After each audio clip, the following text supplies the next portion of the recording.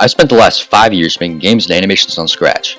So, what exactly have I learned? For those of you viewers who perhaps don't know, Scratch is the world's largest coding community for children, a coding language that's block-based that was created by MIT in 2007 to teach kids ages 8 to 16 the basics of programming. The setup is pretty basic, but that's pretty good because it can even teach people like me how to make a decent game. So with all that out of the way, let's go back to the beginning. Our journey starts on August 17th, 2019, where 10-year-old me was going into 5th grade in the fall and just got computer access for the first time.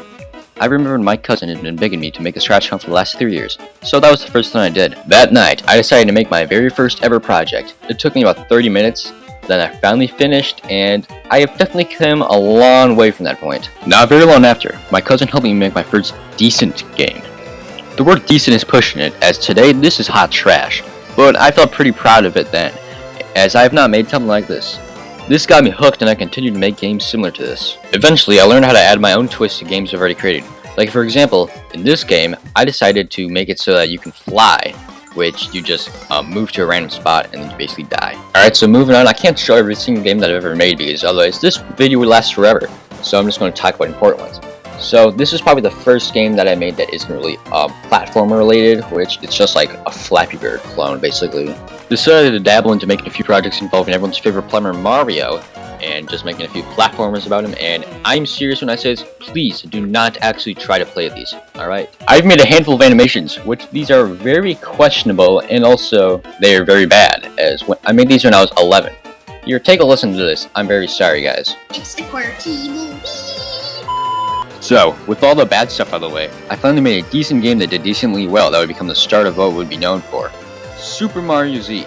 This game is extremely mid today, but at the time, it was okay, and promising for what could come for me. Not long after, on December 7th, 2020, I made the worst mistake ever.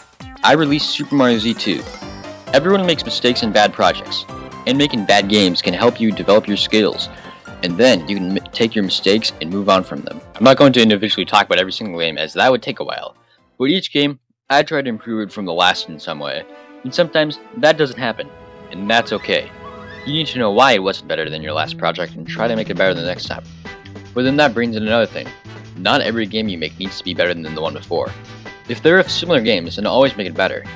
Make sure you learn something with every game and animation you make, as that will help you become the best programmer you can be. I had 3 big games left. One of them was my best remake of a previous game, Super Mario Z4 Z-Mastered. Not remastered, Z-Mastered. Funny play on word. This game was a major upgrade from the original, which is the exact point of remaking games. This one is Super Mario Z6, which was my biggest project ever.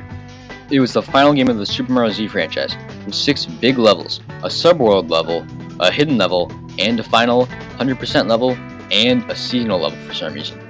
This is where I took my game development skills to the max and made the best game I could possibly make. And then, for my final game on Scratch, I made Super Mario Eternity, which is supposed to be the best game I ever made. Was it? No. Super Mario Z6 has the edge to it. Eternity is a game where I use some of my best original ideas for a story, where Bowser nukes the world and Mario and Luigi are the only humans left. They have a time machine that they need to collect batteries for, that travel to Bowser and defeat him. A very abnormal Mario adventure, but different, not in a bad way. So, is that all for games? No, I made a game making studio almost 3 years ago with my cousin the Mad Punter. I'll put it up right here. We've made plenty of mediocre games using Scratch. Also, follow my itch.io page as I plan to release some more games there. Even one this Halloween. It really has been an amazing 5 years using Scratch, and I'll never forget it. But I have one last thing. That's right, I made a whole movie franchise using Scratch. Please watch them as I have worked very hard on them. It's amazing how much you can do with Scratch, how you can push it to its limit. The Super Ninja Movie 3 is my biggest Scratch project, which actually combined 10 projects, but that's still huge. So, what have I learned using Scratch for the past 5 years? I learned the basics of coding and how game development works. If you are a younger person or just new to the world of programming, I would recommend you try it out as it has helped me out a lot. I would definitely say that was a well spent 5 years. So, what am I doing now? I'm going to try to learn Unity and make some micro projects on my itch.io page. And unreleased, unfinished projects will be released on my alt account on Scratch. So, anyway, if you made it to the end of this video, thank you so much for watching this, and make sure to like and subscribe if you really enjoyed the video, as that would definitely help my channel out a lot. And I can't wait to see you guys in the next video.